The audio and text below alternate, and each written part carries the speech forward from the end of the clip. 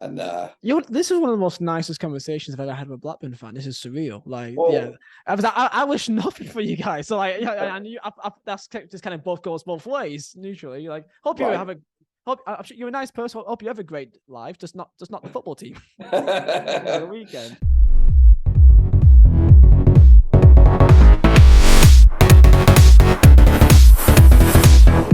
That's right, folks. Back once again with another Rovers Rivals video, and it cannot get much bigger than this, can it? Burnley against Rovers at Turnbull this weekend. And, of course, we'll talk about that and more in a second. Of course, big shout out to my VIPs. They are the patrons. And if you're new, where you been? Smash your subscribe button, bang it to all things Rovers related, Championship related, Woo! Cup related. We got it all here, boys. Under one Rooski, of course. And I'm joined by Burnley's biggest fan. That's right. Special guest here on the channel. Do appreciate giving up a bit of his time.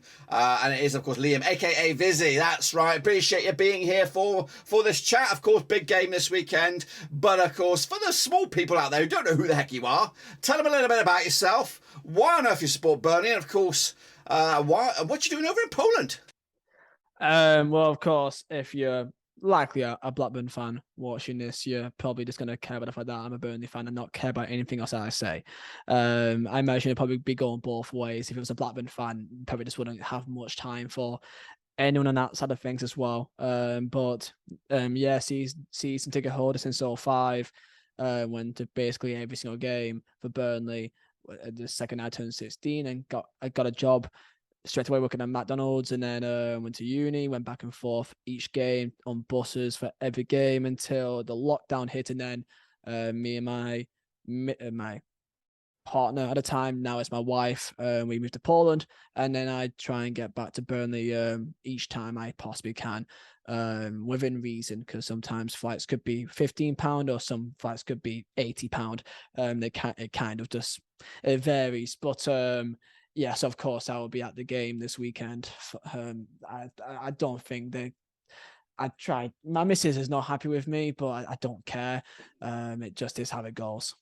Appreciate that, Liam. And of course, yes, let's turn the clock back a little bit now to, of course, last season in the Premier League, of course, with Sean Dyche, and of course, his dismissal, and of course, your subsequent relegation to the Championship. Of course, you guys have been a big part of the Premier League and quite successful in your eyes. How's the transition been to Championship life for you and, of course, for Burnley? Well, before Sean Dyche came to Burnley, we were just kind of becoming more of a mediocre Championship side that we were from when I was growing up. And of course, when I was growing up, Blackburn was in the Premier League and Burnley were just kind of always in the Championship. And of course, Owen Coyle came, which you, of course, know very well. And at least we both have that in common, and we both think that he's a bit of a dick. And we probably may like him a bit more than you guys, because I know that it was him that sent you guys down to League One, I believe. So that was great. Thanks for that. But yeah, Sean Dyche, he had no real expectations, and he just really formed a great connection to the players and to the town. And Sean Dyche, from my limited talks to other Blackburn fans, because I don't really speak to many really, Appreciate it. we just don't really cross paths really that often, because I just never go towards Blackburn or Darwin area.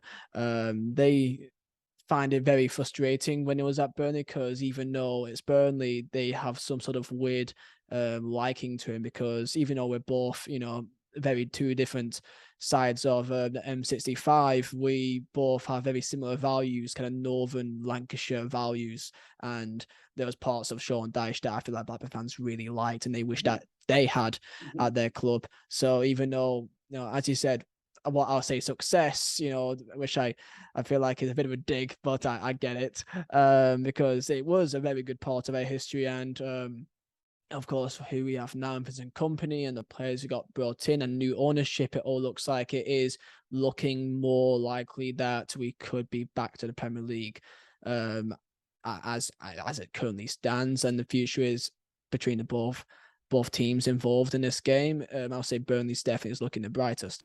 Yeah, of course. I think a lot of Rovers fans are a little, envious of the players and the explosive start Burnley have made to the Championship. Of course, they are top of the table. They are winning games, and then and throughout the season there were some big wins. But let's speak a little bit more about that. Burnley's transition to Championship life, winning much more games than you did last season. But how have you found life in England's second tier so far?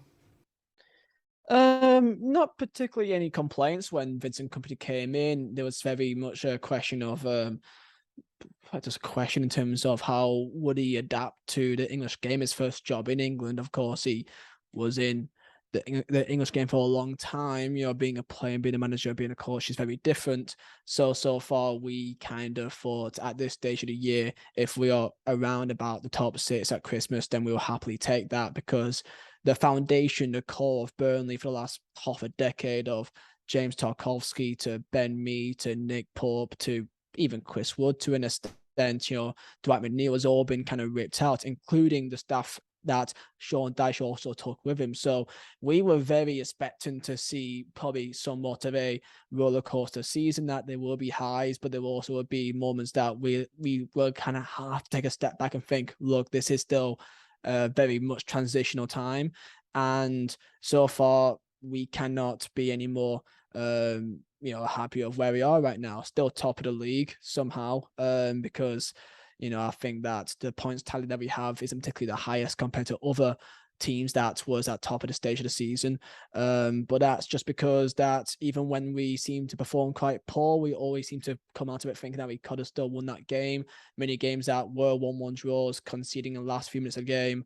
Even in those games, we played quite poor, and we still come out thinking we still should have won. So, I think only time and the extra experience that this team can gain, which is still quite a young team, can only benefit it. All right, switching gears now to the big game on Sunday. Rovers going to Turf Moor, taking on Burnley. Big turnaround of players. A lot of established Premier League players gone. A lot of new players coming in. Who's going to be the one that's going to get off our seats? Who should we be worried about as we edge closer to kickoff? Absolutely the wide players. Anas Zaroury or Manuel Benson, both are in fantastic form. Benson just running riot at fullbacks in recent games, coming off the bench and completely changing the game. Started last week against Sheffield United. Of course, the result wasn't the best, but that was no fault of Benson. He was remarkable, especially in that first half.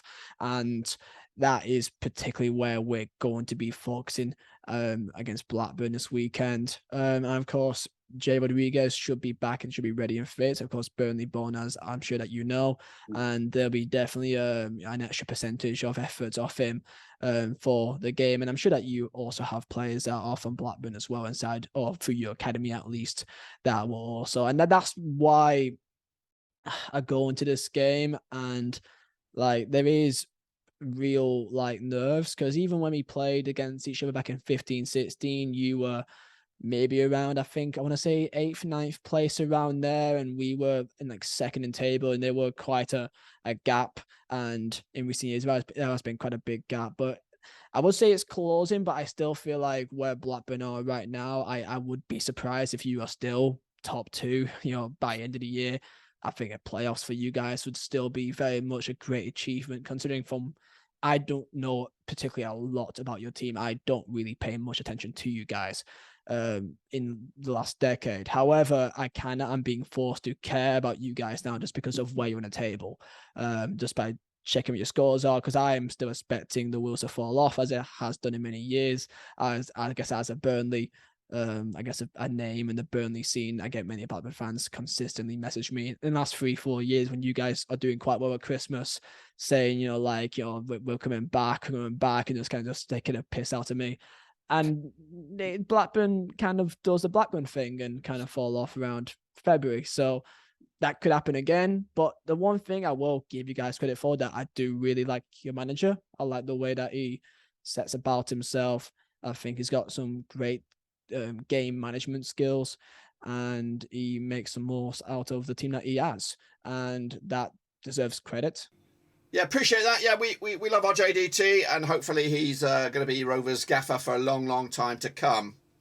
But speaking of Rovers, I think the core fan base realistically would if you were to offer them 6th spot right here, right now on the table, we would take it. I think 99.9% of the fan base would take that. Of course, there are some fans a little bit deluded, perhaps, have gone who think we couldn't remain in that top 2. Of course, we'd love to be in that top 2, but realistically, this is going to be a transitional season. We didn't really invest that much over the summer, so to be where we are right now is just dreamland. But let's switch, of course, to the game itself. You're in the dugout. VK's decided to take the day off. So here, Vizeh, take the keys.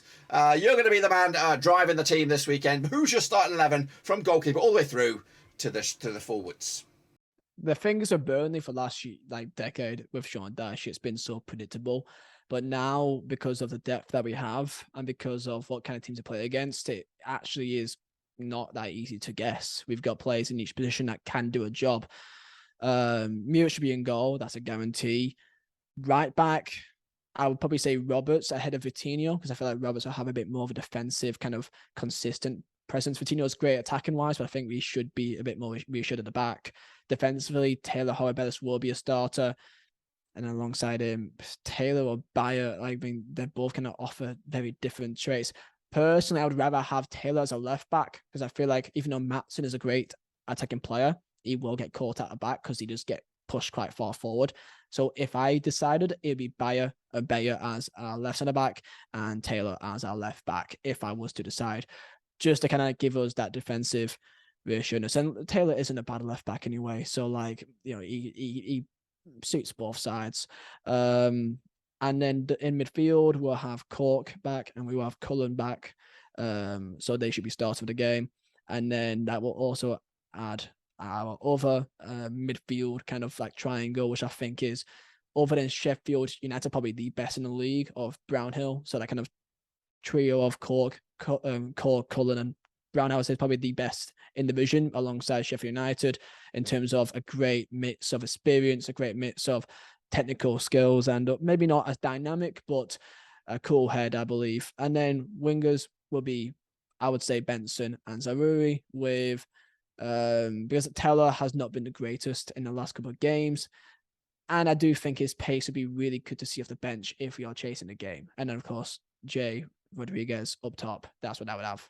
Yep, does sound like a threatening team, and Rovers are going to have to be on their best to get anything out of this game, to be honest with you. But yeah, if we are to put a scoreline on it this coming Sunday at Turf Moor, what's it going to be? Burnley, Rovers, Vizeh, it's over to you. The way that I feel like right now, I'm not looking forward to it. I really am not, just because there's something about it that I feel like a set piece could be really dangerous, because I feel like Blackburn, because of your manager, will be really trying to highlight our weaknesses, and we've not got many. But the one thing we do have is that we're not particularly a tall team, a physical team. So going long, long balls. I don't think you guys play long balls, but from set pieces, you may have a good chance. So to kind of aim on those set pieces, I think would be your guys' best chance to get a result out of the game. And also, we do play quite a high line, but I don't think you have particularly insane pace other than Diaz. And he's not rapid, but he's quick enough. So hits us on the counter, because we do play quite a higher line. I think we will dominate a large percentage of possession. But if I have to put a score line, I don't want it to happen, but I would take a draw now just because it'd be done and over with. But realistically, I do think we are a better side. We have got a good home record. And I would like to imagine it'll be I think it'd be a scrappy game. I don't think there'd be many goals in it. I would like to say that it'd be a 1-0 Burnley win, but I would take a 1-1 draw now, just if I would guarantee it, just because I don't think I can handle Blackburn being above us during the World Cup, because that's a whole month, and I don't think I can handle that for the entire time. So just to be ahead of you guys for that World Cup, if I can guarantee it, I would take a draw.